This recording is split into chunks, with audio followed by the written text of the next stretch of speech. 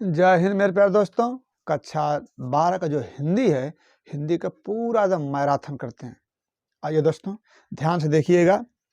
पहला प्रश्न है दिया है कि खड़ी बोली, ध्यान से देखिएगा, खड़ी बोली गद्य की प्रथम रचना है। ध्यान दीजिएगा बाबू, यह गोरा बादल की कथा। बाबू देखिए, गोरा बादल की कथा के लेखक कौन है बाबू? तो इनके लेखक हैं जटमल। नासिकेतोपाख्यान के लेखक कौन है बाबू? इसका उत्तर हो जाएगा सदल मिश्र। रानी केतकी की कहानी के लेखक कौन है? इंसा अल्लाह खां।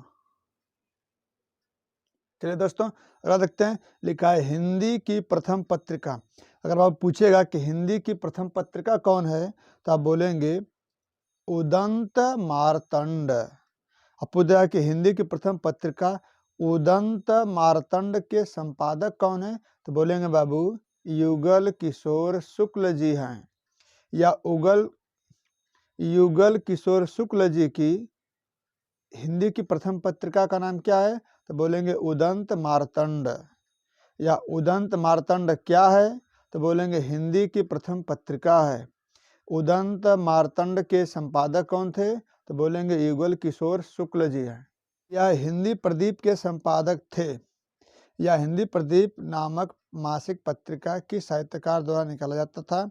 दिया प्रताप नारायण मिश्र, बालकृष्ण भट्ट, राधाचरण गोस्वामी, बद्री नारायण चौधरी या प्रेमगन। तो बाबू इसका सही उत्तर हो जाएगा बालकृष्ण भट्ट। लिखा है ब्राह्मण पत्रिका के संपादक थे। दिया बाबू बालकृष्ण भट्ट, प्रताप नारायण मिश्र, बद्री नारायण चौधरी, प्रेमगन, प्रेमचंद्र। इसका सही उत्तर हो जाएगा बाबू प्रताप नारायण मिश्र। लिखा है हिंदी का पहला मौलिक उपन्यास क्या है, तो बोलेंगे बाबू परीक्षा गुरु। यह मुद्रा राक्षस नाटक के रचनाकार कौन है, तो बाबू इसका सही उत्तर हो जाएगा भारतेंद्र हरिश्चंद्र जी हैं। पूछा जा सकता है कि मुद्रा राक्षस क्या है, तो बोलेंगे बाबू नाटक है। यह मुद्रा राक्षस जो नाटक है उसके रचनाकार कौन है, तो बोलेंगे भारतेंद्र हरिश्चंद्र जी हैं। परीक्षा गुरु के लेखक कौन है, तो याद कर लीजिएगा भैया श्रीनिवास दास जी हैं, इसके रचनाकार हैं। यह सरस्वती पत्रिका के प्रथम संपादक थे। कौन थे बाबू? तो इसका सही उत्तर हो जाएगा बाबू श्याम सुंदर दास जी। जैसे सरस्वती पत्रिका के संपादक श्याम सुंदर दास जी हैं। पूछा जा सकता है कि सरस्वती पत्रिका किस युग की पत्रिका है, तब बोलेंगे बाबू द्विवेदी युग की है। लिखा है कि इंदुमती कहानी के लेखक हैं किशोरीलाल गोस्वामी जी। चिंतामणि के लेखक कौन है बाबू? इसके लेखक हैं आचार्य रामचंद्र शुक्ल जी। बाबू गुलाब राय की आत्मकथा है मेरी असफलताएं। मेरी असफलताएं किनकी रचना है? बाबू गुलाब राय की। मेरी असफलताएं की विधा क्या है, तो बाबू बोलेंगे आत्मकथा है। स्कंदगुप्त नाटक के लेखक हैं बाबू, यह हैं जयशंकर प्रसाद जी। स्कंदगुप्त है, चंद्रगुप्त है, झरना है, लहर है, कामायनी है, ध्रुवस्वामिनी है, ये सब इनकी रचनाएं हैं बाबू। चलिए अब अगली रचना देखते हैं। देखिए दिया ध्रुवस्वामिनी नाटक के लेखक हैं। अब इसका सीधा सा उत्तर हो जाएगा जयशंकर प्रसाद जी। दिया नीड़ का निर्माण फिर किसकी रचना है बाबू? हरिवंश राय बच्चन जी की है। हरिवंश राय बच्चन जी हैं इसके लेखक। भूले बिसरे चेहरे, भूले बिसरे चेहरे का रचयिता कौन है बाबू? याद रख लीजिएगा कन्हैया लाल मिश्र, ब्रैकेट में प्रभाकर जी। यह कल्पलता निबंध संग्रह है, किसकी रचना है बाबू? तो आप बोलेंगे वासुदेव शरण अग्रवाल जी की रचना है। दिया है विचार प्रवाह के लेखक हैं हजारी प्रसाद द्विवेदी जी हैं बाबू। कूटज निबंध संग्रह के लेखक भी हजारी प्रसाद द्विवेदी जी हैं। अशोक के फूल निबंध के लेखक कौन है बाबू? हजारी प्रसाद द्विवेदी।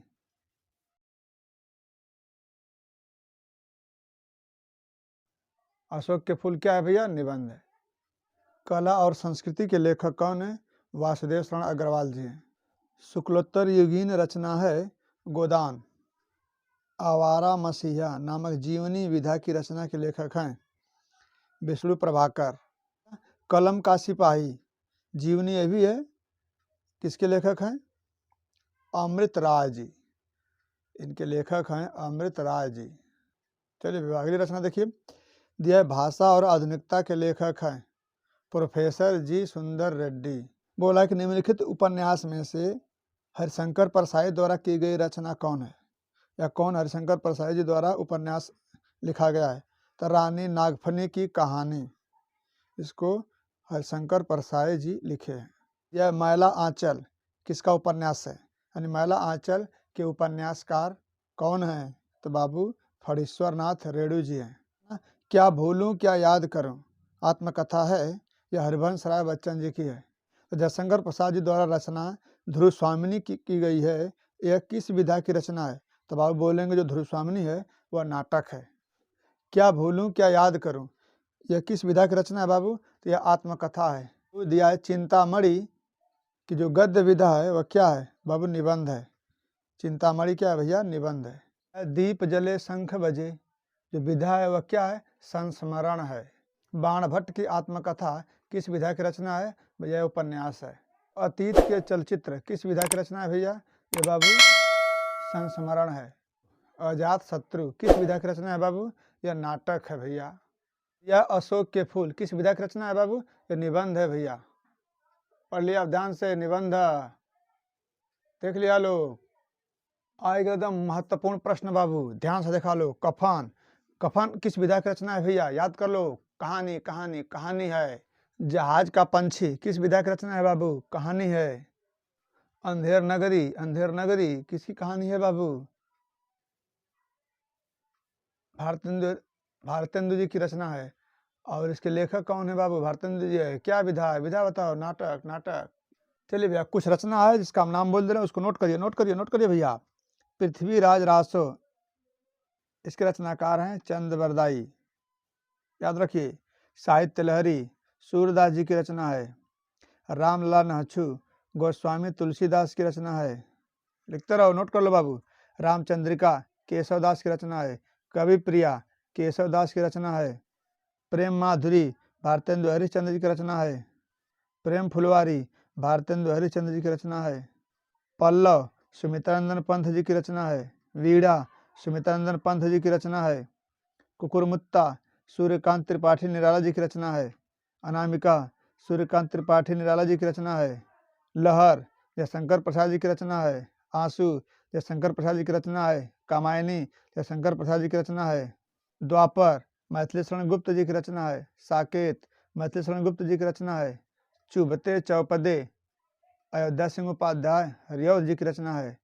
रस कलश, हरिऔध जी की रचना है। प्रिय प्रवास, हरिऔध जी की रचना है। वैदेही वनवास, हरिऔध जी की रचना है। ठीक है बाबू, जल्दी जल्दी नोट कर लो भैया। कला और बूढ़ा चांद, सुमित्रानंदन पंथ जी की रचना है। चिदम्बरा, सुमित्रानंदन पंथ जी की रचना है। परिवर्तन, सुमित्रानंदन पंथ जी की रचना है। निर्जा, महादेव वर्मा जी की रचना है। दीपशिखा, महादेव वर्मा जी की रचना है। यामा, महादेव वर्मा जी की रचना है। हुंकार, रामधारी सिंह दिनकर जी की रचना है। कुरुक्षेत्र, दिनकर जी की रचना है। उर्वशी, दिनकर जी की रचना है। परशुराम की प्रतीक्षा, दिनकर जी की रचना है। आंगन के पार द्वार, सच्चिदानंद हीरानंद वात्स्यायन अज्ञेय जी की रचना है। सच्चिदानंद हीरानंद वात्स्यायन अज्ञेय जी की रचना है, याद कर लीजिए भैया। चांद का मुंह टेढ़ा है, गजानन माधव जी द्वारा लिखी गई रचना है। मधुबाला, हरिवंश राय बच्चन जी की रचना है। मधुशाला, हरिवंश राय बच्चन जी की रचना है। विद्यापति जी जो कवि हैं वह किस युग के कवि हैं बाबू? आदिकाल के कवि हैं। हिंदी का प्रथम कवि माना जाता है, किसे माना जाता है बाबू? सरहपा को। पृथ्वीराज रासो का रचना काल है, यानी पृथ्वीराज रासो किस युग में लिखी गई रचना है बाबू? वीर गाथा काल है, वीर गाथा काल, याद रख लो, वीर गाथा काल। अष्टयाम के रचयिता हैं बाबू नाभादास। रीत काल को श्रृंगार काल के नाम से जानते हैं बाबू। रसिक प्रिया रचनाकार है, या रसिक प्रिया रचना किनकी है? तो बाबू केशव दास जी की है। रीति मुक्त कवि हैं घनानंद जी। प्रेम माधुरी के रचयिता हैं भारतेंदु हरिश्चंद्र जी हैं भैया। भारतेंदु युगीन कवि हैं महावीर प्रसाद द्विवेदी जी। द्विवेदी युग के कवि हैं राम नरेश त्रिपाठी जी। द्विवेदी युग में लिखी गई रचना है प्रिय प्रवास। साकेत रचना जो है उसकी नायिका कौन है? उर्मिला। उर्मिला का विरह वर्णन जो साकेत है उसमें दिया गया है, उसके किस सर्ग में है? बोलेंगे बाबू नवम सर्ग में। यानी 9वां जो सर्ग है उसी में विरह वर्णन है। परिवर्तन किस कवि की रचना है? सुमित्रानंदन पंत जी की रचना है। प्रकृति का सुकुमार कवि किसे कहते हैं? सुमित्रानंदन पंत जी को कहते हैं। कामायनी और झरना किस युग की रचनाएं हैं बाबू? छायावादी युग की रचना है, क्योंकि इन दोनों के रचनाकार जयशंकर प्रसाद जी हैं। जयशंकर प्रसाद जी छायावाद के कवि हैं। कामायनी जो महाकाव्य है उसमें कुल सर्गों की संख्या कितनी है बाबू? 15 है। यामा किसकी रचना है? महादेवी वर्मा जी की रचना है। कामायनी के प्रथम सर्ग का नाम क्या है? चिंता। प्रयोगवाद के प्रवर्तक हैं या प्रयोगवादी काव्यधारा के जनक किसे कहते हैं बाबू? अज्ञेय जी को।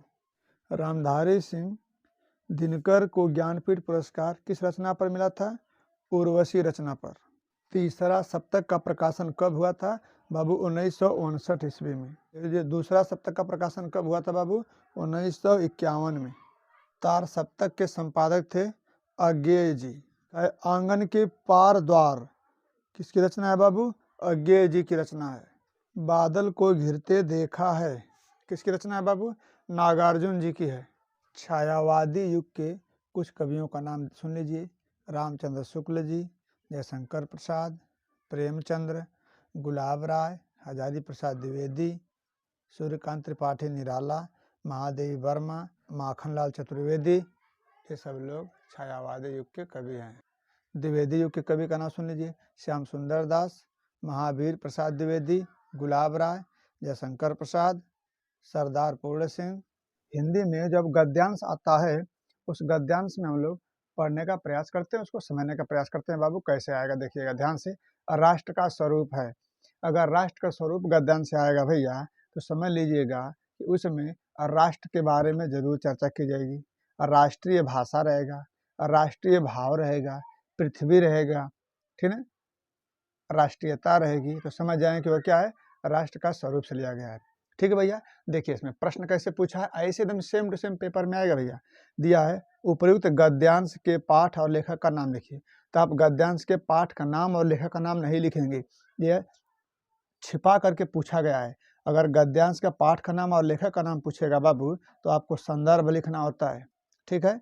अगर राष्ट्र के स्वरूप से अगर आ गया है आपके गद्यांश हिंदी में तो आप उसका संदर्भ कैसे लिखेंगे? सुनिए ध्यान से। लिखेंगे प्रस्तुत गद्यांश हमारी पाठ्य पुस्तक हिंदी के गद्य भाग में संकलित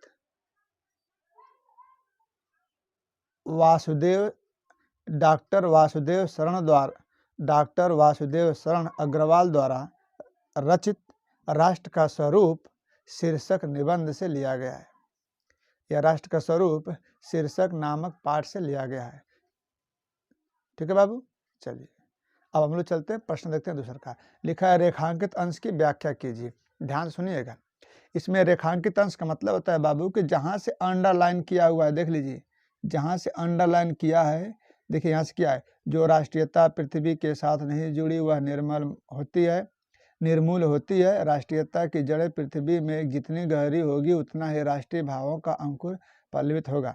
ये लिखा है अंडरलाइन। तो इसी का हमको व्याख्या करना है, मतलब इसी को थोड़ा अपने भाषा में बना करके लिख देना है। जैसे बोल देंगे इसको, अगर इसका व्याख्या करने के लिए बोल दे तो लिखेंगे हम लोग जो राष्ट्रीयता पृथ्वी के साथ नहीं जुड़ी है, यानी जो राष्ट्रीय भाव पृथ्वी के साथ नहीं जुड़ा है वह निर्मूल होती है, यानी वह उसके पास कोई जड़ें नहीं होती है, उसको कोई भी हटा सकता है, कोई भी बिखेर सकता है।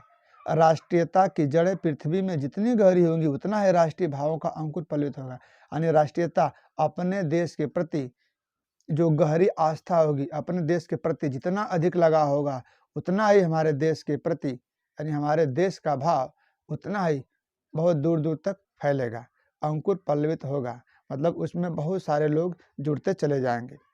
फिर जाके इसलिए पृथ्वी के भौतिक स्वरूप की आद्योपांत जानकारी प्राप्त करना, यानी पृथ्वी के भौतिक स्वरूप के बारे में जानकारी लेना, उसकी सुंदरता के बारे में समझना, उपयोगिता के बारे में समझना, महिमा को पहचानना, पृथ्वी की महिमा को पहचानना आवश्यक धर्म है। यही व्यक्ति का धर्म होता है कि वो अपने पृथ्वी को समझे, पृथ्वी क्या क्या उसको उत्पन्न करके दे रही है, पृथ्वी की सुंदरता कितनी अच्छी होती है। पृथ्वी अगर है तो उसके अगल बगल जो प्राकृतिक सुंदरता दिखाई देती है पृथ्वी के द्वारा ही है। इन सबको समझना होगा, ऐसे ही आपको बना करके थोड़ा सा लिखना होगा। अगला प्रश्न देखते हैं बाबू, दिया है राष्ट्र भूमि के प्रति हमारा आवश्यक कर्तव्य क्या है।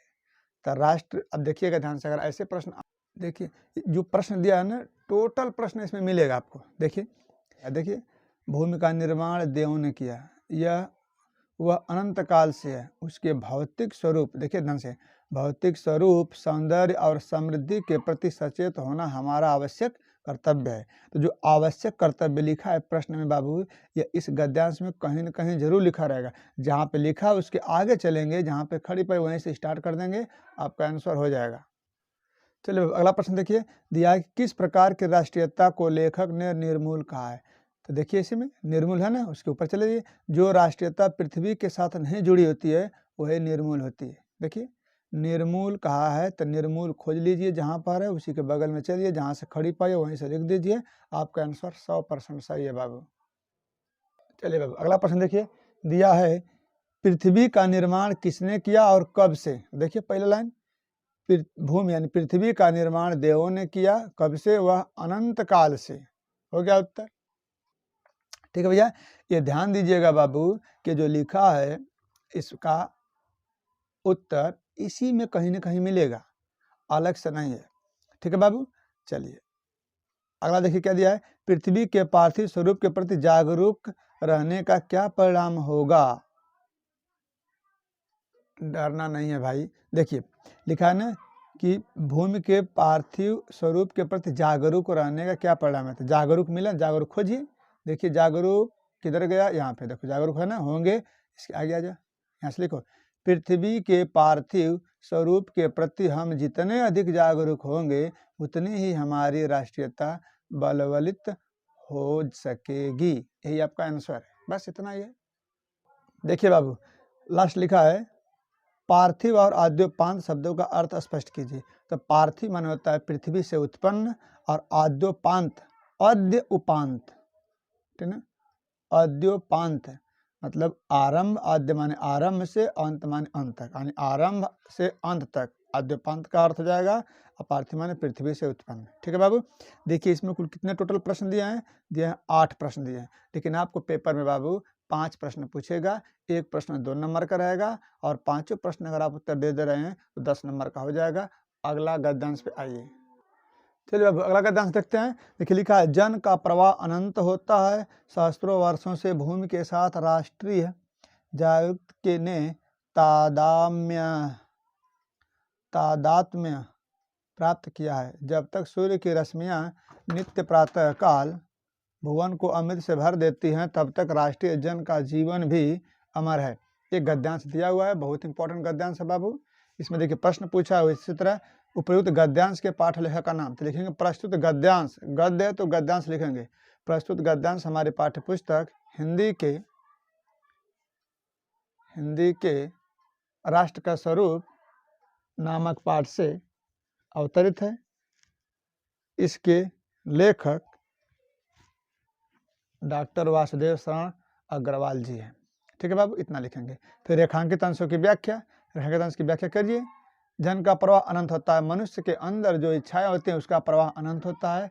सहस्त्रों वर्षों से, हजारों वर्षों से भूमि के साथ राष्ट्रीयता बनाए रखा गया है। जब तक सूर्य की किरणें इस पृथ्वी पर प्रातः काल के समय इस भवन पर, इस पृथ्वी पर अमृत से भर देती हैं, यानी अमृतत्व से भर देती हैं, उजाला करती हैं इस पृथ्वी पर, जब तक करती रहेंगी तब तक राष्ट्रीयता का जो भाव है वह मनुष्यों के हृदय में समाया रहेगा, वह अमर है।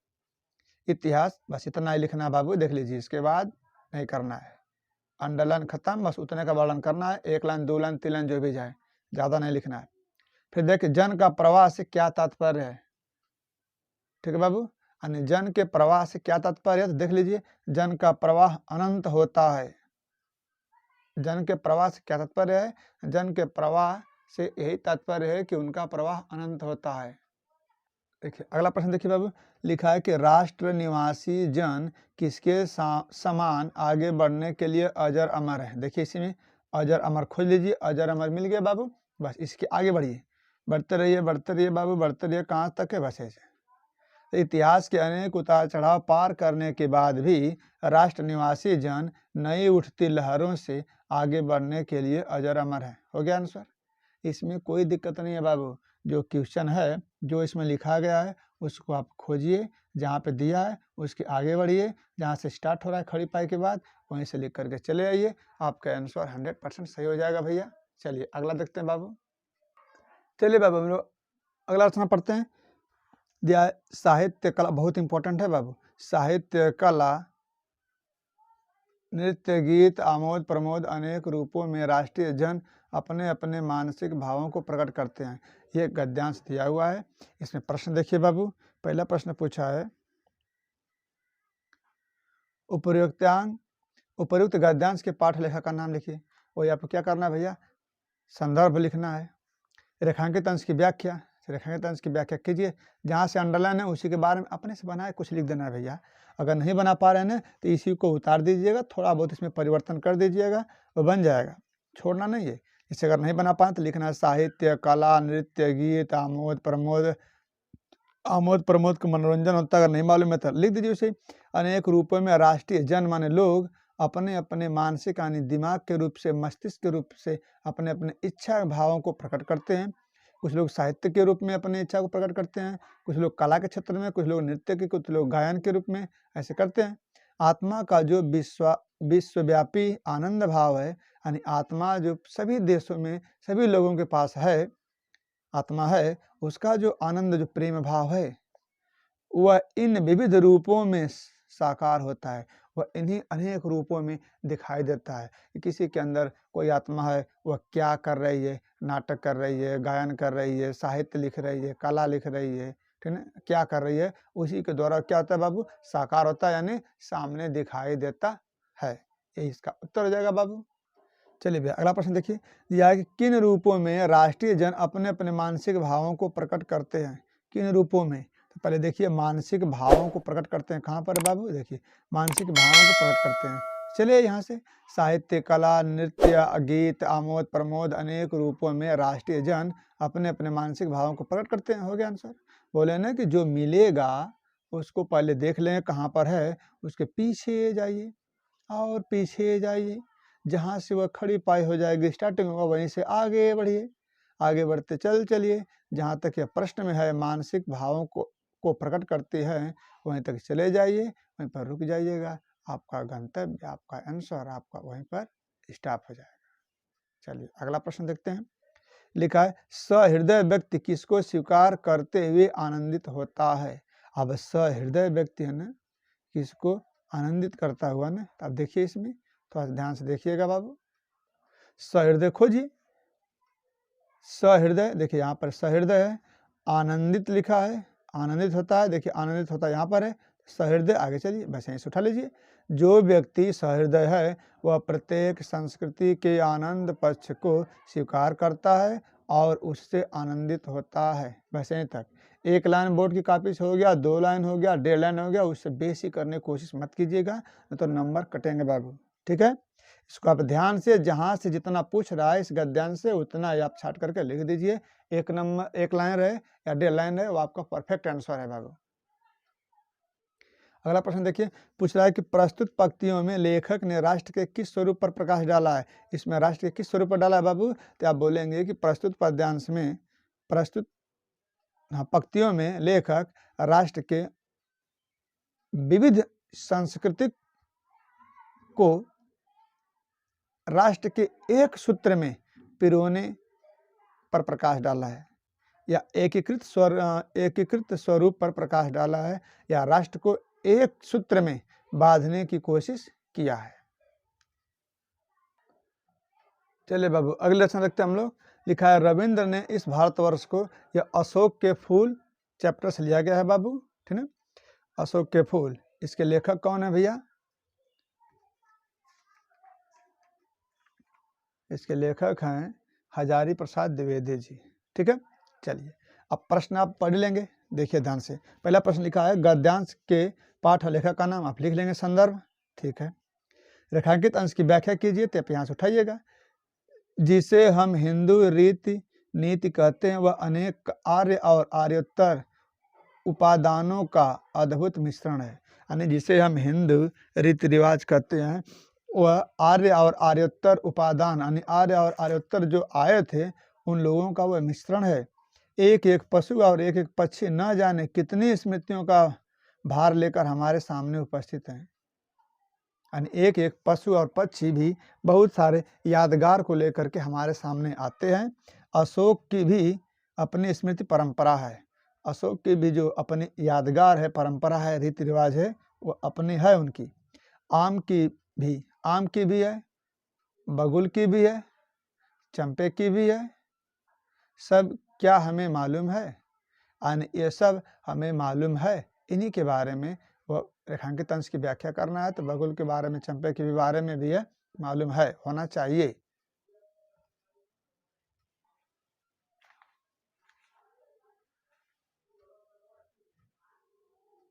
अगला प्रश्न देखिए, रविंद्रनाथ ने किसे महामानव समुद्र कहा है? देखिए ध्यान से, रविंद्रनाथ ने इस भारतवर्ष को महामानव समुद्र कहा है। बस इतना उत्तर लिखिएगा। रविंद्रनाथ ने इस भारतवर्ष को महामानव समुद्र कहा है। हो गया आंसर। आधा लाइन में फिर भी आपको 2 नंबर मिल जाएगा। अगला देखिए, भारतवर्ष के निर्माण में किन का सहयोग रहा है? अब इसमें देखिएगा ध्यान से, भारतवर्ष के निर्माण में देखिए अगला पूछा है कि भारतवर्ष के निर्माण में किन किन का सहयोग रहा है। देखिए, भारतवर्ष के निर्माण में असुर आए, असुर, आर्य, शक, हूण, नाग, यक्ष, गंधर्व, न जाने कितनी मानव जातियां यहाँ आई और आज के भारतवर्ष को बनाने में अपना हाथ लगा गई। समझ, ये आपका आंसर हो जाएगा। निर्माण हो गया। आर्य, शक, हूण कहाँ आए? आर्य, शक, हूण भारत आए। अगला प्रश्न देखिए बाबू, पूछा है कि उपयुक्त गद्यांश का उद्देश्य क्या है? यानी उपयुक्त गद्यांश का उद्देश्य यही है कि अपने राष्ट्र को, अपनी संस्कृति को, अपनी सभ्यता को जानिए, यही इसका उद्देश्य है। चलिए अगला देखिए बाबू, लिखा है कहते हैं दुनिया बड़ी भुलक्कड़ है, केवल उतना ही याद रखती है जितना से उसका स्वार्थ सत्ता है। बहुत इंपॉर्टेंट है बाबू। देखिए ध्यान से, लिखा प्रश्न, गद्यांश के पाठ और लेखक का नाम आप लिख लेंगे। इसके लेखक कौन है भैया, जरा बता दीजिए। हजारी प्रसाद द्विवेदी जी। ठीक है भैया।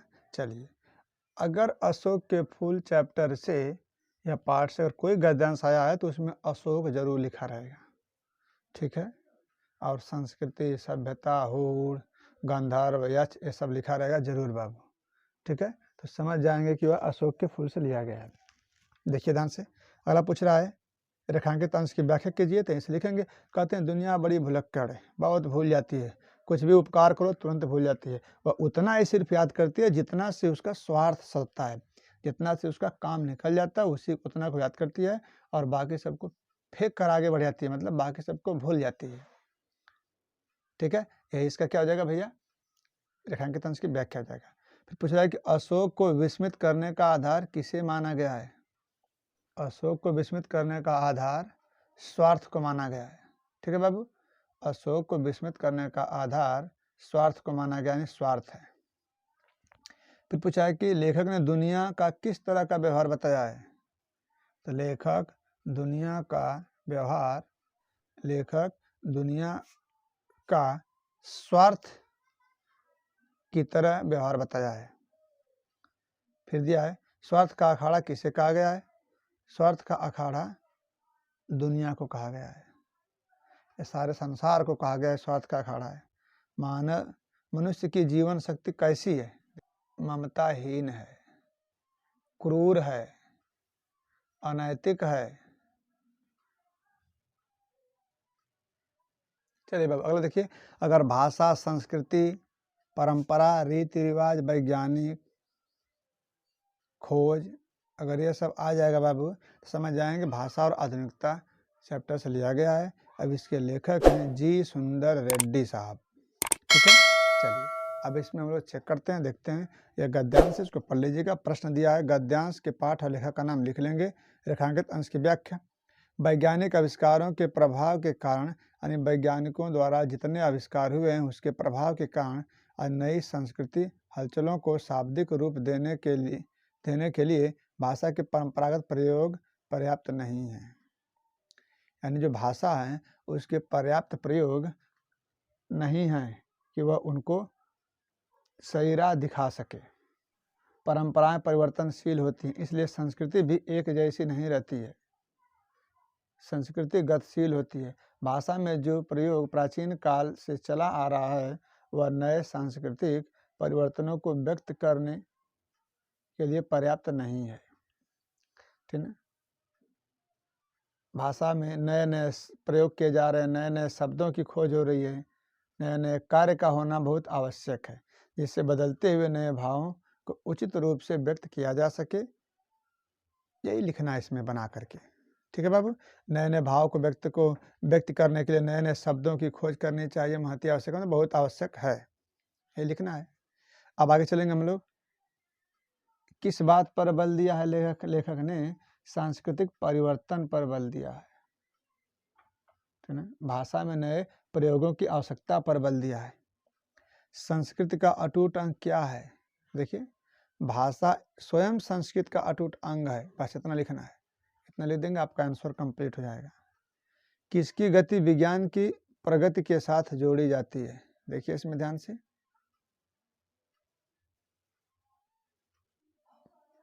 उसकी गति, किसकी गति?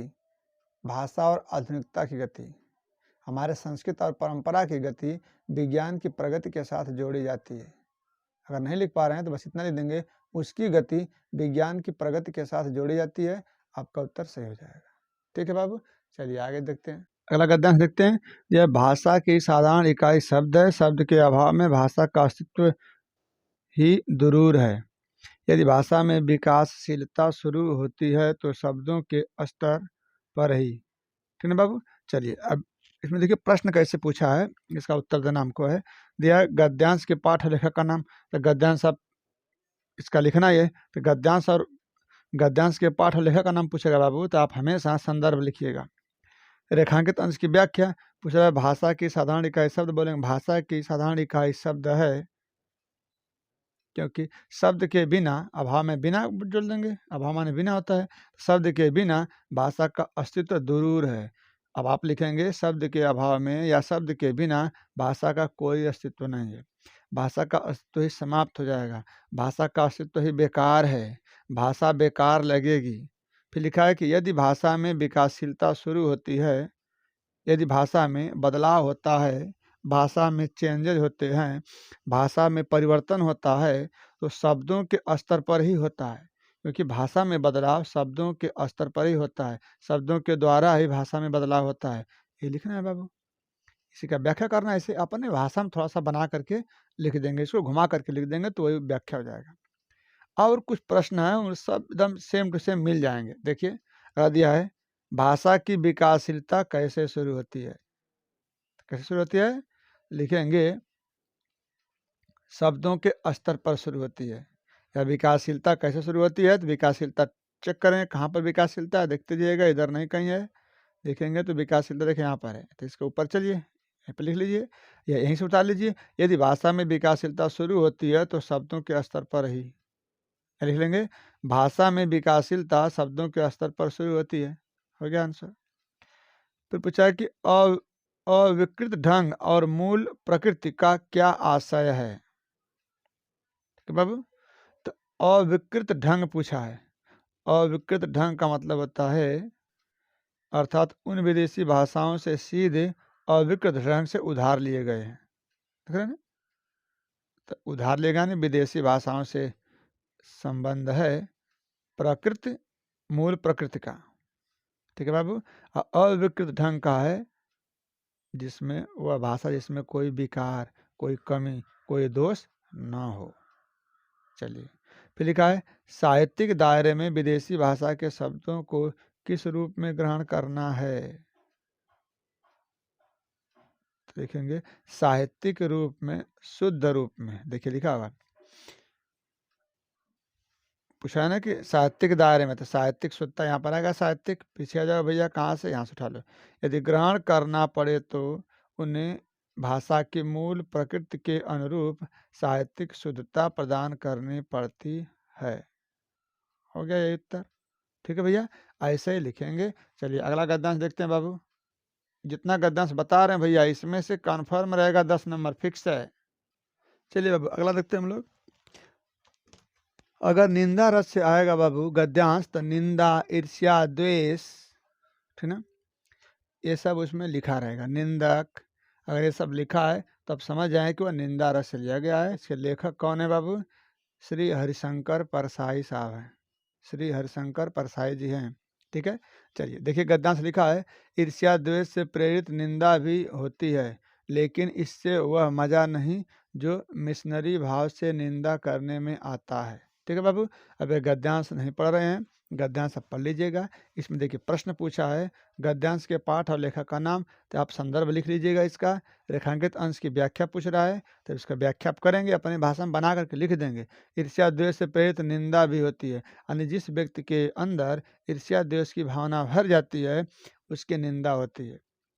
वह निंदा करता भी है और उसकी निंदा होती भी है, लेकिन इससे वह मजा नहीं जो मिशनरी भाव से निंदा करने में आता है। लेकिन इससे वह भाव नहीं मिलता है जिससे मिशनरी भाव से मिलता है। मिशनरी भाव से की गई निंदा बिना किसी द्वेष भाव से धर्म प्रचार और पाप पुण्य की भावना से की जाती है। मिशनरी भाव का मतलब है बिना द्वेष भाव से की गई निंदा। ठीक है बाबू, और मिशनरी भाव से प्रेरित होकर निंदा करने में मजा आता है, ये पूछ रहा है, ये लिखना है। फिर दिया अगला प्रश्न, मिशनरी निंदक शांति का अनुभव कब करता है?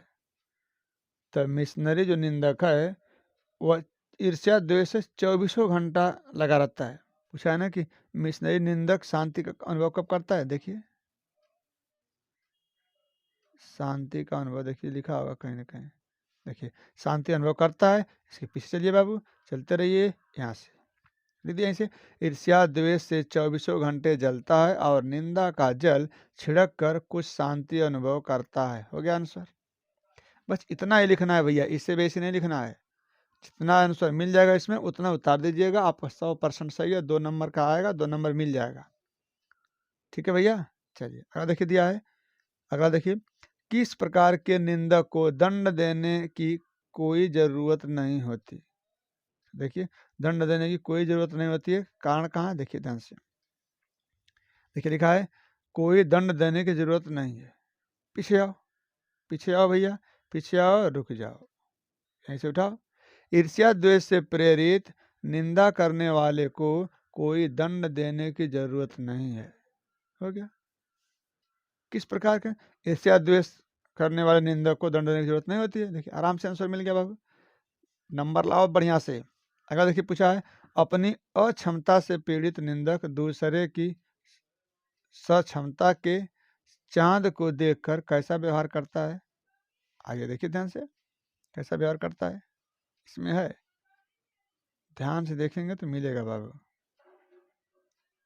देखिए यहाँ से उठाइए, अपनी अक्षमता से पीड़ित वह बेचारा दूसरे की सक्षमता के चांद को देखकर सारी रात श्वान जैसा भौंकता है। हो गया आंसर बाबू, बस इतना लिखना भैया। समझ में आ गया? उम्मीद कर आप लोगों को अच्छी तरह समझ में आया होगा। अगर निंदा रस से आता है, हरिशंकर परसाई साहब हैं, और इसको बढ़िया से पढ़ लीजिएगा, आपका 10 नंबर फिक्स है बाबू। चलिए बाबू अगला गद्यांश देखिए, लास्ट गद्यांश है। बस इतना गद्यांश में से आपको एक गद्यांश कन्फर्म मिल जाएगा। देखिए लिखा है निंदा का उद्गम ही हीनता और कमजोरी से होता है।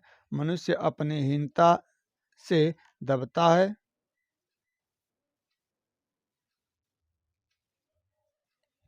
हीनता से दबता है। वह दूसरों की निंदा करके ऐसा अनुभव करता है कि वे सब निकृष्ट हैं और वह उनसे अच्छा है। ठीक है बाबू, इसको पढ़ लीजिएगा। फिर दिया है गद्यांश के पाठ और लेखक का नाम, संदर्भ लिखिएगा भैया। रेखांकित अंश की व्याख्या करना, यहाँ से व्याख्या करिए। इंद्र बड़ा ईर्ष्यालु माना जाता है क्योंकि वह निठल्ला है। स्वर्ग में देवताओं को बिना उगाया अन्न, बे बनाया महल और बिन बोए फल मिलते हैं। ठीक है बाबू।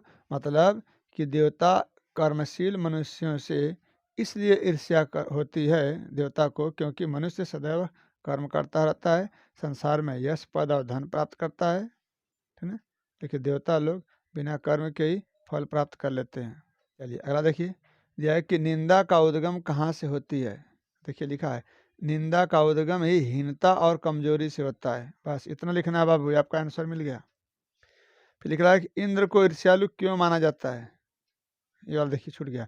निंदक व्यक्ति दूसरे की निंदा करके कैसा अनुभव करता है। देखिए, निंदक व्यक्ति दूसरे की निंदा करके ऐसा अनुभव करता है कि वह सब निकृष्ट है और वह उनसे अच्छा है। बस इतना ही करना है, लिख लेंगे, हो गया आंसर। इंद्र को ईर्ष्यालु क्यों माना जाता है।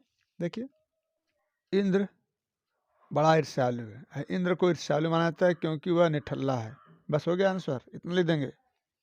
ठीक है बाबू, ये आगे जोड़ना चाहते जोड़ देंगे। स्वर्ग में देवताओं को बिना उगाया अन्न, बिन बोए फल मिलते हैं, इसलिए इंद्र को ईर्ष्यालु माना जाता है। हो गया आंसर। देवताओं को कर्मी मनुष्यों से ईर्ष्या क्यों होती है। देखिए लिखेंगे यहाँ से, अकर्मण्यता में उन्हें अप्रतिष्ठित होने का भय बना रहता है, इसलिए कर्मी मनुष्यों से उन्हें यानी देवताओं को ईर्ष्या होती है। हो गया आंसर बाबू, बस इतना लिखना है। कर्म के क्षीण होने पर किसकी प्रवृत्ति बढ़ जाती है। देख बाबू, इसमें देखते रहिए, कर्म के क्षीण होने पर प्रवृत्ति। देखिए यहाँ से देखिए, ज्यों ज्यों कर्म क्षीण होता जाता है त्यों त्यों निंदा की प्रवृत्ति बढ़ती जाती है। बस हो गया इतना ही। ठीक है बाबू, इतना ही लिखना है भैया। 1.5 लाइन 1 लाइन जो भी आएगा उतना ही आपका आंसर है। इसमें देखिए 7 क्वेश्चन है, आपको पेपर में 5 क्वेश्चन आएगा। ठीक है भैया, एक क्वेश्चन 2 नंबर का रहेगा। आप ऐसे ही लिखेंगे आराम से, डरना नहीं है, आराम से धैर्य के साथ लिखेंगे, पेपर आराम से देंगे, आपका नंबर आ जाएगा बढ़िया से बाबू। चलिए भैया, अब आगे चलते हैं अगले प्रश्न की ओर। अगले प्रश्न की ओर चलेंगे भैया। जो पद्यांश दिया रहता है उस पद्यांश में भी संदर्भ प्रसंग व्याख्या करनी होती है बाबू, तो आप ध्यान दीजिएगा। पवन दूतिका, कैकेयी का अनुताप, नौका विहार, जयशंकर प्रसाद जी का गीत है, उसको आप देख लेंगे। इतना अगर तैयार कर ले रहे हैं बाबू, और मैथिली शरणगुप्त जी का भी गीत है, निरख सखी खंजन आए मुझे फूल मत मारो, बहुत इंपॉर्टेंट है बाबू, इसको आप देख लीजिएगा, जरूर देख लीजिएगा। ठीक है भैया। और जयशंकर प्रसाद जी का भी गीत है, बीती विभावरी जागरी अंबर पनघट में डुबो रही तारा घट उषा नागरी। ठीक है बाबू, इसको आप देख लेंगे बढ़िया से, कन्फर्म पेपर में आएंगे सब, यहाँ से मिल जाएगा आपको। नौका विहार देख लीजिएगा, नौका विहार में लास्ट वाला देख लीजिएगा, ज्यों ज्यों लगती नाव पार उर में आलोकित सत विचार, बहुत इंपॉर्टेंट है भैया, इसको आप देख लीजिएगा भैया। एक रचना है रामधारी सिंह दिनकर जी की, जिसको पुरूरवा बोलते हैं, पुरूरवा भी बहुत इंपॉर्टेंट है बाबू, इसको थोड़ा सा ध्यान से देख लीजिएगा, पुरूरवा देख लीजिएगा। और रामधारी सिंह दिनकर जी का एक है अभिनव मनुष्य, बहुत इंपॉर्टेंट है। अभिनव मनुष्य का जो पहला है बहुत इंपॉर्टेंट है भैया। इसके बाद लास्ट वाला है सावधान मनुष्य यदि विज्ञान है तलवार। इतना पद्यांश पढ़ लेंगे बाबू तो आराम से आपको एक पद्यांश मिल जाएगा। जैसे गद्यांश में आंसर दिए हैं, 5 प्रश्न पूछता है, पद्यांश में 5 प्रश्न पूछेगा, उसका आंसर आप आसानी से दे सकेंगे। चलिए बाबू अगला प्रश्न देखते हैं। 5वां प्रश्न आएगा भैया, एक लेखक का जीवन परिचय लिखिए, साहित्यिक परिचय लिखिए, उनकी रचना का उल्लेख कीजिए। ठीक है बाबू, देखिए किसी एक लेखक का साहित्यिक परिचय देते हुए उनकी रचनाओं का उल्लेख कीजिए। इसमें आप 3 बहुत इंपॉर्टेंट हैं, बहुत ज़्यादा इंपॉर्टेंट हैं। डॉक्टर हजारी प्रसाद द्विवेदी जी, वासुदेव शरण अग्रवाल जी, प्रोफेसर जी सुंदर रेड्डी जी।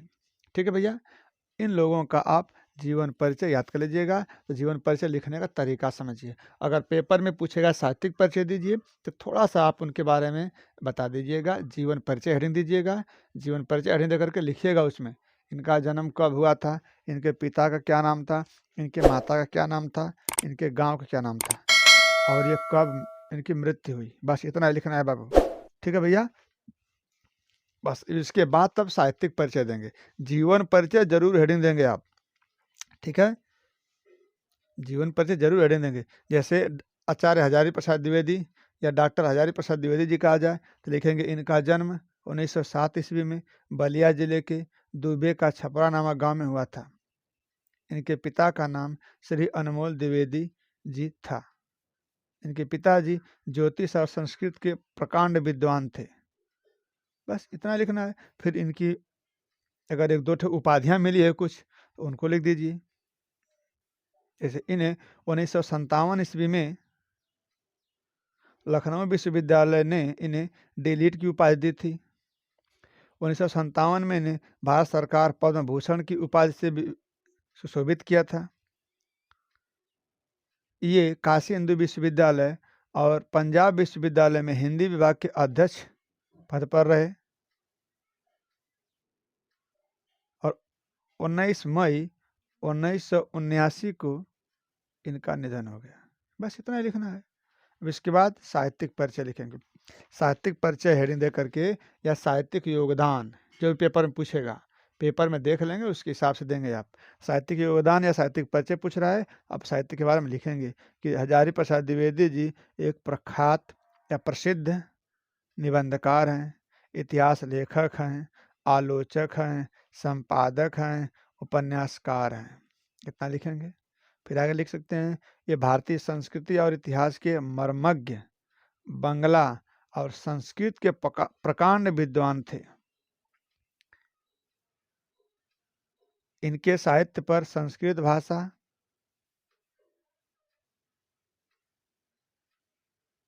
आचार्य रामचंद्र शुक्ल और रविंद्रनाथ ठाकुर का स्पष्ट प्रभाव है।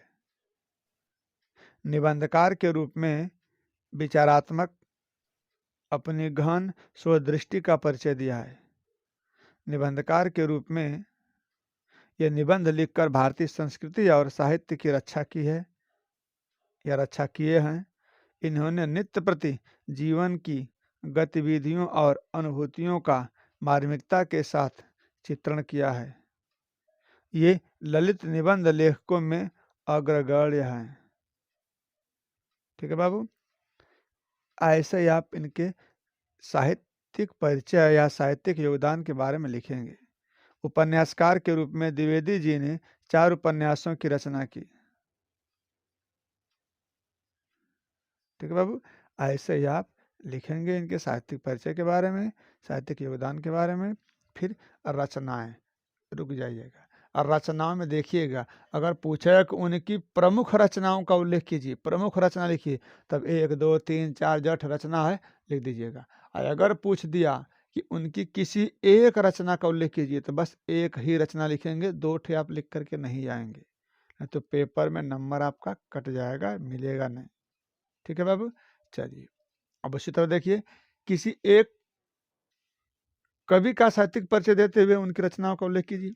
इसमें देखिए 4 लोग हैं, बढ़िया बढ़िया हैं। मैथिली शरण गुप्त जी हैं, जयशंकर प्रसाद जी हैं, सुमित्रा नंदन पंत जी हैं और महादेवी वर्मा जी हैं। ठीक है बाबू, चलिए तब इसमें उसी तरह लिखेंगे। पहले जीवन परिचय हेडिंग देंगे, उनका कब जन्म हुआ, उनके माता पिता का क्या नाम है, जानकारी है तो लिखेंगे। उनके गांव का क्या नाम है, वो क्या क्या किए, पढ़ाई कैसे किए, क्या उपाधि लिए, बस, और उनका निधन कब हुआ। इसके बाद साहित्यिक परिचय हेडिंग देंगे या साहित्यिक योगदान जो पेपर में दिया हो वैसा लिख करके फिर उनके साहित्य के बारे में देंगे। और कोई ऐसा कवि या लेखक नहीं है बाबू कि जिनका साहित्य में योगदान अच्छा ना हो, सबका योगदान अच्छा है। आपको थोड़ा सा देखना है, देख करके और अपने भाषा में बना करके उसको लिख देंगे साहित्यिक योगदान के बारे में, आपको नंबर मिल जाएगा। लेकिन उनकी रचनाओं के बारे में अगर प्रमुख रचना कह रहा है तो 1 2 3 4 जठ रचना आपको आ रहा है लिख दीजिएगा।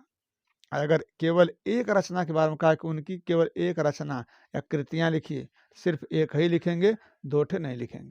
ठीक है बाबू, चलिए अगला देखते हैं प्रश्न। चलिए अगला प्रश्न आप देखिए, पंचलाइट या बहादुर का सारांश लिखने के लिए आता है। ठीक है, यानी पंचलाइट या बहादुर का सारांश आपको लिखने के लिए आएगा।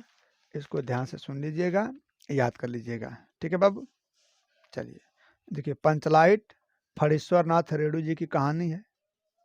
ठीक है बाबू, चलिए इसमें एक गांव के जो अशिक्षित लोग हैं उन लोगों के बारे में बताया गया है। जिसको पेट्रोल मैक्स बोलते हैं। पंच लाइट को पेट्रोल मैक्स बोलते हैं या पंच लाइट कहते हैं, ठीक है। उसको जलाने के लिए बताया गया, उसमें कोई नहीं जानता है, गोधन नामक एक लड़का है वही जानता है, ठीक है बाबू। तो ऐसे ही आप इसके बारे में थोड़ा सा लिखेंगे कि पंचलाइट जो उस गांव में जो महतो टोली है वहाँ पे अशिक्षित लोग रहते हैं। रामनवमी के दिन पेट्रोमैक्स खरीद कर लाते हैं जिसे पंचलाइट कहते हैं। सीधे साधे लोग हैं, सम्मान की चीज़ समझते हैं उसे। पंचलाइट को देखने के लिए टोली के सभी बालक, औरतें, मर्द सभी लोग आते हैं, इकट्ठे होते हैं, क्योंकि शुभ काम के दिन पूजा पाठ का प्रबंध करते हैं लोग, सभी उत्साहित रहते हैं। लेकिन समस्या ये आती है कि पंचलाइट को कौन जलाएगा, या पेट्रोमैक्स को कोई जलाना नहीं जानता था। इस टोली में एक गोधन नाम का लड़का था। वह गांव की एक मुनरी नाम की एक युवती से जिससे प्रेम करता था। मुनरी की माँ पंचों से गोधन की शिकायत की और वह उसके घर के सामने से सिनेमा का गाना गाकर निकलता रहता है, यानी उसकी पत्नी उसकी बेटी को परेशान करता है। इस कारण जो पंच हैं उन्होंने उसे जात से निकाल दिया। मुनरी के पिता गोधन, मुनरी को पता था कि गोधन पंचलाइट जला सकता है। वह बहुत चतुराई से पंचों तक अपनी बात को पहुंचाती है ताकि गोधन को पुनः जात में ले लिया जाए। वह पंचलाइट को जला देता है। मुनरी की माँ गुलरी काकी बहुत प्रसन्न होती है और गोधन को शाम के समय भोजन का निमंत्रण देती है। पंच भी बहुत उत्साहित होते हैं और गोधन को कहते हैं, तुम्हारा 7 खून माफ है, जाओ खूब गाओ सलीमा का गाना।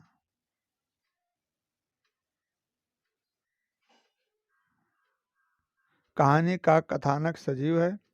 सीधे साधे अनपढ़ लोगों की संवेदना को वाणी देने में रेणु जी समर्थ रहे हैं।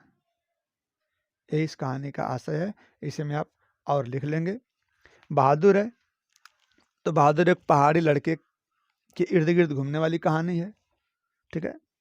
मध्यम वर्गीय वाला लड़का है, घर से भाग जाता है और एक मध्यम वर्गीय परिवार में नौकरी करने लगता है। पहाड़ी लड़का है।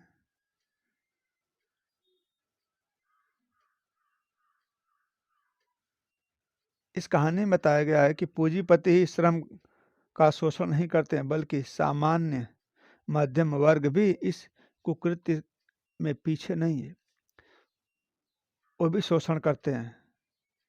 तो इस कहानी में समाज में मध्य वर्ग संघर्ष को मानवीय सहानुभूति द्वारा समाप्त करने का संदेश देना है या संदेश दिया गया है।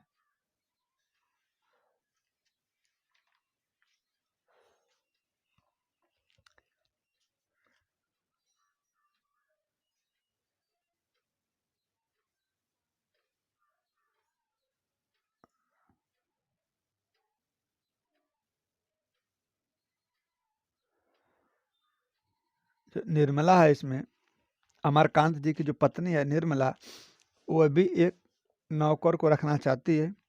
बहादुर नेपाल का 12-13 साल का लड़का है जो अपनी माँ के दुर्व्यवहार से तंग आकर घर छोड़कर शहर चलाता है और निर्मला के परिवार में नौकर रख लिया जाता है। निर्मला और उसका परिवार बहादुर के प्रति बहुत अच्छे व्यवहार करते हैं, परंतु धीरे धीरे बहादुर से कठोरता बरतने लगते हैं लोग। वह घर का सारा कार्य करता है, घर का सारा काम करता है, सभी काम करता है। इसके बावजूद भी लोग उससे ईर्ष्या द्वेष करते हैं, उससे मारपीट करते हैं, उससे गाली गलौज करते हैं, मारपीट तक आ जाती है नौबत। उसके ऊपर झूठी चोरी का इल्ज़ाम लगा देते हैं, उसे अपमानित करते हैं, उसको बहुत पीटा जाता है। जब इतना प्रताड़ित किया जाता है बहादुर, तो अंत में बहादुर घर छोड़कर चला जाता है। अब परिवार के सभी सदस्य उसे ढूंढते हैं, क्योंकि बहादुर सभी काम करता है। तो बहादुर सभी काम करता है, इसके चलते गांव के सभी लोग, घर के सभी लोग आलसी हो जाते हैं, अपने काम करने में थोड़ा सा आराम फरमाते थे, आराम के आदी हो चुके थे। इसलिए वो लोग बहादुर को ढूंढते हैं, क्योंकि वे सब आराम के आदी हो चुके थे। अब बहादुर घर पर नहीं है, तो उसकी उपयोगिता सबको याद आती है कि बहादुर अपना और घर का पूरा काम करता था, काम करने में तनिक भी घबराता नहीं था। लेकिन उसकी अनुपस्थिति में घर के सभी लोग अपने घर के कार्य को करने से घबराते हैं।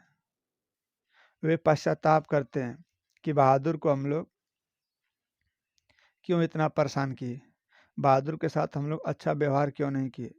वह घर छोड़कर चला गया है और घर का सारा काम हमें लोगों को करना पड़ता है, परंतु उसके साथ कोई अच्छा व्यवहार नहीं किया। अब लोग सोचते हैं कि बहादुर मिल जाएगा तो उसके साथ हम लोग अच्छा व्यवहार करेंगे, और अच्छा व्यवहार करने की सोचते हैं। लेकिन कहा गया है ना, अब पछताए होत क्या जब चिड़िया चुग गई खेत, या क्या वर्षा जब कृषि सुखानी। यानी वर्षा होने से क्या फायदा जब खेती सूख गई, या यह पछताने से क्या फायदा जब फसल को चिड़िया खा गई। तो बहादुर के अंदर सहनशीलता और स्वाभिमान कूट कूट कर भरा हुआ है। इसी चरित्र के कारण यह कहानी हमें और सभी पाठकों को बहुत प्रिय लगती है। बस इतना ही लिखना है बाबू, इतना आप लिख लेंगे। उसके बाद अगला प्रश्न आएगा, स्वपठित खंड काव्य के आधार पर आपको एक चित्रण लिखना होगा। तो इसमें भैया ध्यान दीजिएगा, श्रवण कुमार आजमगढ़ वाले जो हैं लिखेंगे श्रवण कुमार खंड काव्य में श्रवण कुमार का चित्रण। श्रवण कुमार को नायक भी बोला जाता है, ठीक है। तो श्रवण कुमार का अगर चित्रण आ जाएगा बाबू, तो याद रखिए, लिखेंगे श्रवण कुमार में पहला हेडिंग देंगे उत्तर, लिख करके पहले लिखेंगे उत्तर। श्रवण कुमार प्रस्तुत खंड काव्य का प्रमुख पात्र है। श्रवण कुमार के चरित्र चित्रण में निम्न विशेषताएं पाई जाती है। नंबर 1 लिखेंगे मातृ पितृ भक्त, यानी श्रवण कुमार माता पिता का एकमात्र लड़का है और माता पिता का भक्त है, माता पिता की सेवा करता है, प्रातःकाल सायंकाल उनके सेवा में लगा रहता है, ये लिखेंगे, ठीक है बाबू। आगे चलेंगे हम लोग, फिर लिखेंगे सत्यवादी, श्रवण कुमार सत्यवादी हैं। क्षमाशील, श्रवण कुमार का स्वभाव बहुत ही क्षमाशील है, उनका स्वभाव बहुत सरल है, ठीक है बाबू, ये सब लिखेंगे। आत्मसंतोषी हेडिंग देंगे, श्रवण कुमार आत्मसंतोषी हैं, लोभ मोह के प्रति उनका कोई लगाव नहीं। अगला लिखेंगे संस्कार को महत्व देने वाले, यानी संस्कारी हैं, ठीक है बाबू। ये 3-4 हेडिंग दे करके आप लिख करके आएंगे, लेकिन प्रश्न में शब्द सीमा दिया रहेगा, उस शब्द सीमा का उल्लंघन आपको नहीं करना है, ठीक है बाबू। हाँ, अगर दशरथ जी का आ जाएगा चित्रण तो लिखेंगे उत्तम कुल में उत्पन्न, फिर दूसरा कार्ड दे लेंगे लोकप्रिय शासक, यानी दशरथ जी के राज में चोरी नहीं होती थी, योग्य शासक थे, चोरी कहीं नहीं होती थी, सबको न्याय मिलता था, प्रजा खुश थी, सुखी थी, संतुष्ट थी, सभी लोगों का सम्मान होता था, लोकप्रिय शासक हेडिंग देकर के लिख देंगे। फिर धनुर्विद्या में निपुण, दशरथ जी धनुर्विद्या में निपुण हैं, वे शब्द वेदी बाण चलाना जानते हैं, आखेटक में उनका विशेष रुचि है। इसलिए श्रावण मास में वर्षा के अंत में जब चारों ओर हरियाली छाई रहती है, तभी वो आखेट पर निकलते हैं, ताकि जो जंगली जानवर हैं हरियाली को देख करके घास चरने के लिए और कुछ घूमने के लिए अगर आएंगे तो यह उनका आखेट करेंगे। विनम्र और दयालु। दशरथ दशरथ जी के अंदर तनिक भी अहंकार नहीं है, वह विनम्र स्वभाव के हैं, वे दयालु स्वभाव के हैं, उनको दूसरों के दुख को देख करके व्याकुल हो जाते हैं। स्वप्न में एक मृग शावक के वध से ही वे बहुत दुखी हो उठते हैं। ये सब लिखना है। आत्म तपस्वी हेडिंग करके लिख लेंगे, तेजस्वी हेडिंग करके लिख लेंगे, 2-4 हेडिंग याद कर लीजिएगा, इसको आप लिख लीजिएगा।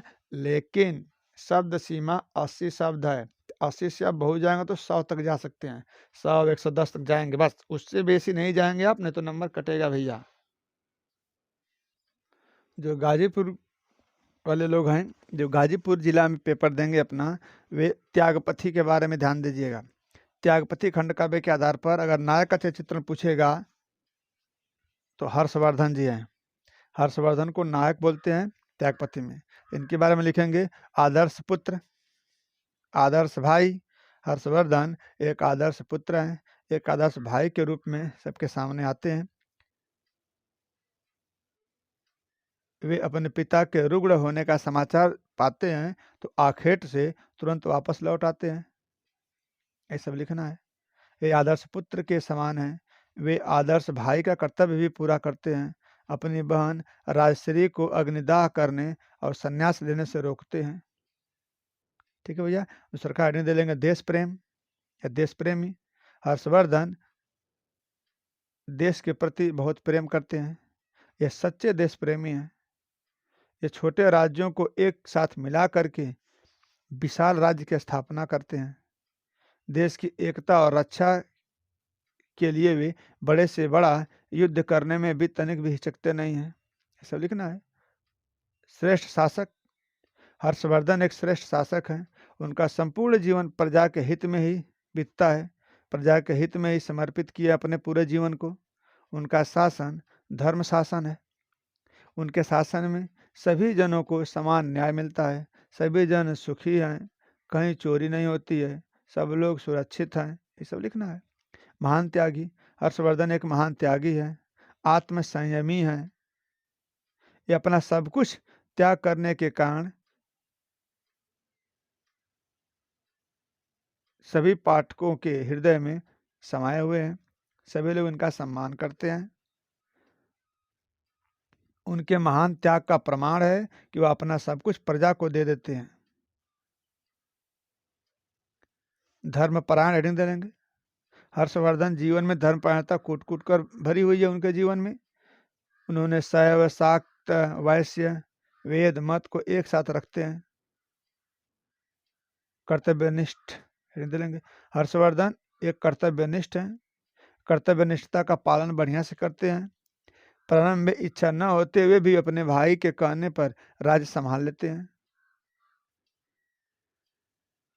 वो बहन राजश्री को वनों में खोजकर वे अपने कर्तव्यनिष्ठता का परिचय देते हैं और भाई की छल से की गई हत्या का समाचार सुनकर उन्होंने जो प्रतिज्ञा की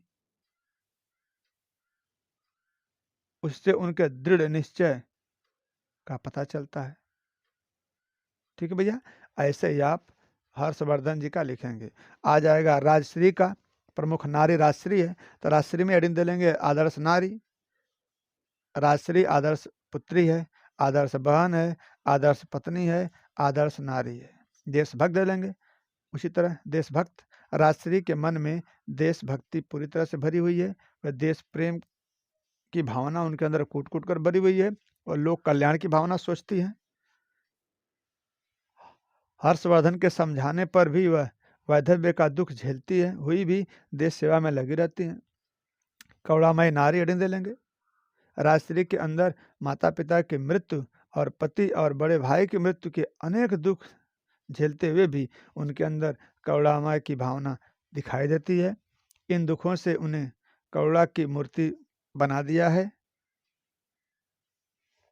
इन दुखों ने उन्हें करुणा की मूर्ति बना दिया है। त्यागमय नारी हेडिंग दे लेंगे। सुशिक्षित नारी हेडिंग दे लेंगे। बस ये 3-4 हेडिंग दे करके आप लिख लेंगे बाबू, बढ़िया नंबर मिल जाएगा। इसके बाद अगला है आत्मज्ञ एवं सर्वज्ञ है। संस्कृत में याज्ञवल्क्य का पढ़ लेंगे भैया बढ़िया से। यहाँ से एक कन्फर्म गद्यांश आएगा या संस्कृत भाषा या महत्वम यहाँ से आएगा। और एक जातक कथा, जातक कथा में जो अतीते प्रथम कल्पे जना एक विरूपम सौभाग्य प्राप्तम सर्वकार परिपूर्ण पुरुषम राजानम अकुर्वन, ये वाला इसको पढ़ लेंगे। यानी जातक कथा, संस्कृत भाषा महत्वम, आत्मज्ञ एवं सर्वज्ञ, ये 3 ठे गद्यांश पढ़ लेंगे। 3 में से कन्फर्म आपको मिल जाएगा बाबू 7 नंबर का। और इसके बाद सुभाषित रत्नानी है, सुभाषित रत्नानी में पढ़ लेंगे भैया, तो वहाँ से आपको 7 नंबर मिल जाएगा। संदर्भ लिखने के लिए बोलेगा तो संदर्भ लिख करके आप लगाएंगे, हल करेंगे। फिर आगे आपको देखने को मिलेगा मुहावरा लोकोक्तियाँ, तो मुहावरा लोकोक्तियाँ भी आप पढ़ लेंगे भैया। मुहावरा लोकोक्तियाँ 2-2 नंबर का आता है, उसको आप लिख लेंगे। किसी एक को करना होता है, मुहावरा लोकोक्तियाँ दिया रहेगा, उसमें से किसी एक का अर्थ लिखकर वाक्य प्रयोग करना होता है। जैसे अपना उल्लू सीधा करना, अंधे की लाठी, दांतों तले अंगुली दबाना, गागर में सागर भरना, ऊँट के मुंह में जीरा। ठीक है बाबू, ये सब बहुत इंपॉर्टेंट है। 9-2-11 होना, छक्के छुड़ाना, खेत रहना, दांत खट्टे करना, ये सब बहुत इंपॉर्टेंट है। इनको आप पढ़ लेंगे भैया, आराम से आपका काम हो जाएगा। उसके नीचे गद्यांश आएगा, पद्यांश आएगा, 2 ठे आएंगे। दोनों में से 3 प्रश्न पूछा जाता है 5 नंबर का, 2-2-1 ऐसे पूछा जाता है 5 नंबर का। तो वो भी आप अपठित गद्यांश है या पद्यांश रहेगा, दोनों में से कोई करना होता है, उसको आप देख करके आराम से कर लेंगे, कोई दिक्कत नहीं होगी भैया। उसके बाद चलेंगे 11वां प्रश्न आता है, शब्द युग्म बनाना है। शब्द युग्म में बाबू अनल अनिल, ठीक है, ये बहुविकल्प में आएगा, 4 विकल्प रहेगा, उसमें से एक आपको सही करना होता है। तो चलिए जो 10-20 थे हम देख लेते हैं। अनल अनिल, अनल माने आग होता है बाबू, अनिल माने वायु होता है, तो अग्नि और वायु। सकल शकल, अब छोटा सा है तो उसके माने संपूर्ण होता है, और बड़का सा है तो उसके माने अंश होता है। पुरुष परुष, पुरुष माने आदमी या नर, और परुष माने कठोर होता है। क्या है? गृह ग्रह, गृह माने घर और ग्रह माने नक्षत्र। कपट कपाट, कपट माने धोखा और कपाट माने दरवाजा होता है। दिया सूत सूत, छोटाऊ की मात्रा बड़ाऊ की मात्रा है, तो जो छोटाऊ की मात्रा है सूत माने पुत्र होता है, और बड़ाऊ की मात्रा है सूत माने धागा होता है या सारथी होता है। अभिराम अविराम, सुंदर और लगातार। यह अम्बुज अम्बुद, तो अम्बुज माने कमल, अम्बुद माने बादल, यानी कमल और बादल। अंश अंश, बड़ा सा, तो छोटा अंश है, छोटा सा तो उसका मान कंधा, और बड़ा सा अंश माने हिस्सा होता है, कंधा और हिस्सा। जलज जलद, तो जलज माने कमल और जलद माने बादल, यानी जलज जल में उत्पन्न होने वाला कमल, और जलद जल को ले जाने वाला अर्थात बादल। उपकार अपकार, तो उपकार माने भलाई करना और अपकार माने बुराई, यानी भलाई और बुराई। यह स्वर्ण सवर्ण, तो स्वर्ण माने सोना और सवर्ण माने उच्च जाति, तो सोना और उच्च जाति। तरड़ी तरड़ी, और पर छोटी की मात्रा है, एक में और पर बड़ी की मात्रा है, तो ध्यान दीजिएगा भैया। तो तरड़ी छोटी की मात्रा तो उसके माने सूर्य होता है, और तरड़ी बड़ी की मात्रा तो उसके माने नाव होता है, तो सूर्य और नाव। कपीस कपीस, एक में बड़ी की मात्रा है, एक पे छोटी की मात्रा है, ठीक है बाबू। तेकर माने छोटी की मात्रा है उसके माने होता है मटमैला, और बड़ी माने जो होता है उसका होता है सुग्रीव, ठीक है बाबू, यानी मटमैला और सुग्रीव। अली अली, छोटी की मात्रा है बड़ी की मात्रा है, जो छोटी की मात्रा है बाबू उसके माने होता है भौरा, और बड़ी की मात्रा है अली, उसके माने होता है सखी, तो इसका विकल्प हो जाएगा भौरा और सखी। उपल उत्पल, तो उपल माने होता है ओला, और उत्पल माने होता है कमल, तो ओला और कमल। यह बात वात, देखो बात माने बातचीत करना, वात माने हवा या वायु, तो इसका विकल्प हो जाएगा बातचीत और वायु। वहन बहन, तो वहन माने ढोना और बहन माने भगनी, यानी बहन माने बहन, ढोना बहन। या ढोना भगनी।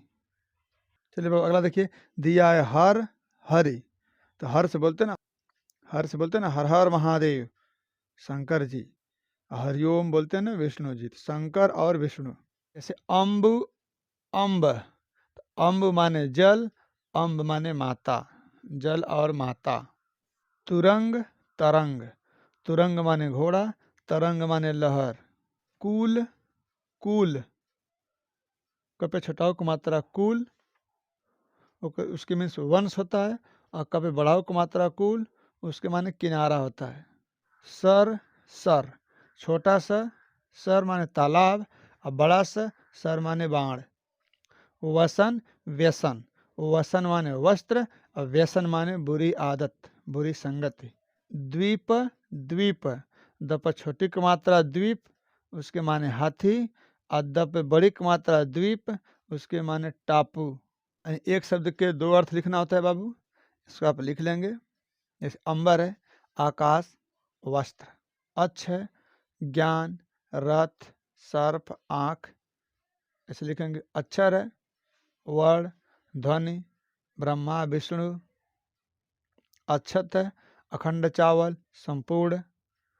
कर आ गया ओला हाथ टैक्स। कपी आ गया हाथी बंदर। खर आ गया घास कौवा गधा अशुभ। चपला आ गया लक्ष्मी चंचल स्त्री बिजली। गुरु आ गया शिक्षक ज्ञान देने वाला भारी। पतंग आ गया सूर्य पारा विष्णु पक्षी, ये सब आ जाएंगे।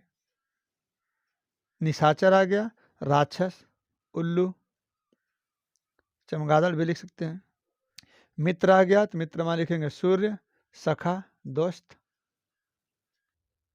अनेक शब्द का एक शब्द आएगा, अंडे से उत्पन्न होने वाले को अंडज बोलते हैं। जिसका कहीं भी अंत न हो अनंत बोलते हैं। जो कहा ना जा सके अकथनीय बोलते हैं। जिसकी तुलना न हो सके अतुलनीय बोलेंगे।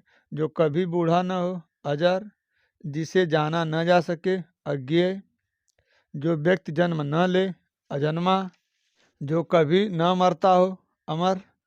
बहुत कम बोलने वाले को अल्पभाषी। जिसकी सीमा न हो असीम। जिसके पास कुछ न हो अकिंचन। जिसे आँखों से न देखा गया हो अदृष्ट। जो शोक करने योग्य है अशोच्य। जो कहा न जा सके अकथनीय। जिसको क्षमा न कह सके अक्षम्य। जो इच्छा के अधीन हो ऐच्छिक। उपकार को मानने वाला कृतज्ञ। उपकार को न मानने वाला कृतघ्न। धरती और आकाश के बीच स्थान क्षितिज। पेट के अंदर रहने वाली आग को जठराग्नि या जठरानल। जो सब कुछ जानता हो ज्ञानमय। जानने की इच्छा रखने वाले को जिज्ञासु। जंगल की आग दावानल। जो सब कुछ जानता हो सर्वज्ञ। सदा सत्य बोलने वाला सत्यवादी। जिसने इंद्रियों को जीत लिया हो जितेंद्रिय। जीवित रहने की इच्छा जिजीविषा। इसके बाद आप लोग शुद्ध अशुद्ध करना जानते हैं। जैसे दो दो चार होता है तो इसको लिखेंगे दो और दो चार होते हैं। मेरे को कुछ नहीं मालूम है तो लिखेंगे मुझे कुछ मालूम नहीं है। मैं भोजन कर लिया हूँ तो शुद्ध हो जाएगा मैंने भोजन कर लिया है। गमला मेज में रखा है, गमला मेज पर रखा है शुद्ध होगा। मैं सकुशल पूर्वक हूँ, मैं कुशल पूर्वक हूँ। पक्षी पेड़ में है तो हो जाएगा पक्षी पेड़ पर है। मेरे से कुछ न पूछो तो हो जाएगा मेरे से कुछ मत पूछो। तुम मेरे से मत बोलो, तुम मुझसे मत बोलो। गाय को काटकर गाजर खिला दो तो हो जाएगा गाजर को काटकर गाय को खिलाओ। 4-5 दिया रहता है, उसमें से आपको दो का शुद्ध करना होता है, दो को शुद्ध करना होता है, ठीक है। उसके बाद बाबू आएगा रस छंद अलंकार। उसके बाद रस छंद अलंकार आएगा तो रस छंद अलंकार आप लिख लेंगे। जैसे आ जाए वीर रस तो वीर रस में आप लिखेंगे इसका स्थायी भाव उत्साह होता है। जब भी भाव, अनुभाव और संचारी भाव के संयोग से उत्साह नामक अस्थायी भाव की निष्पत्ति होती है तो वहाँ वीर रस होता है। ठीक है भैया। अब फिर साज चतुरंग सैन अंग में उमंगधारी सरजा शिवाजी जंग जीतन चलत हैं भूषण भनत नाद बीहद नगारन के नीद नाद माद गैवरन के रलत हैं। ये इसका वीर रस है। करुण रस आएगा तो करुण रस के लिख लेंगे आप, हास्य रस लिख लेंगे। ठीक है बाबू, कम से कम 2-3 ठे आप पढ़े रहेंगे तभी आएगा। ठीक है, करुण रस, हास्य रस, वीर रस। उसके बाद उपमा अलंकार, रूपक अलंकार, यमक अलंकार, ये पढ़ लेंगे। ठीक है भैया। और छंद में पढ़ लेंगे आप दोहा और सोरठा, तो 2 ठे पढ़ लेंगे, दोनों में से संभावना है। तो चौपाई भी पढ़ लेंगे आप, 3 ठे पढ़ लेंगे। ठीक है, दोहा, सोरठा और चौपाई 3 ठे आप पढ़ लेंगे बाबू, तो यहाँ से कन्फर्म आपको 1 मिल जाएगा। अब इसके बाद आएगा पत्र लेखन। ठीक है भैया, तो पत्र लेखन आप 2-3 ठे लिख लीजिए। पत्र लेखन आप लिखेंगे, पहला पत्र लेखन लिखेंगे आप दूषित जल पर आता है। और दूसरा आएगा आपके क्षेत्र में मच्छरों का प्रकोप है, गंदगी मोहल्ले में गंदगी फैली हुई, तो आप स्वास्थ्य अधिकारी को एक पत्र लिखिए, ये आएगा। ठीक है बाबू। और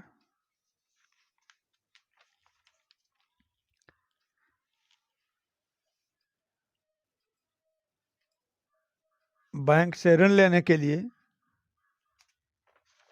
बैंक मैनेजर को एक प्रार्थना पत्र लिखिए, ये आता है।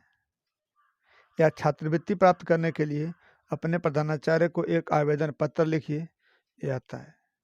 ठीक है बाबू, इतना पढ़ लेंगे तो आपको एक पत्र आराम से मिल जाएगा। इसके बाद निबंध आता है बाबू, तो निबंध में आप पर्यावरण पर देख लीजिएगा, आतंकवाद पर देख लीजिएगा, विज्ञान पर देख लीजिएगा, विज्ञान वरदान या अभिशाप, जनसंख्या वृद्धि पर देख लीजिएगा। ठीक है बाबू, इतना आप देख लेंगे, आपको 1 मिल जाएगा। या इसमें आप छात्र अनुशासन देख लीजिएगा।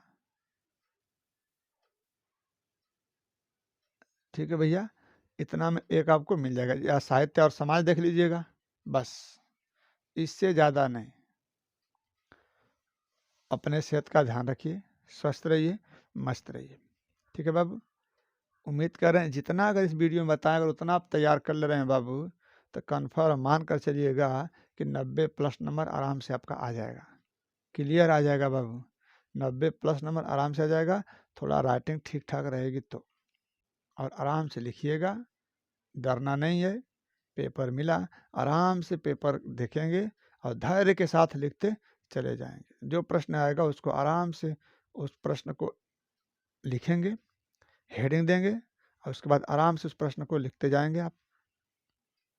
इसी के साथ आप लोगों को बहुत सारी शुभकामनाएं कि आप लोगों का पेपर बहुत अच्छे तरीके से बीते और आप अच्छे नंबर से उत्तीर्ण हो, 90+ नंबर आ जाए।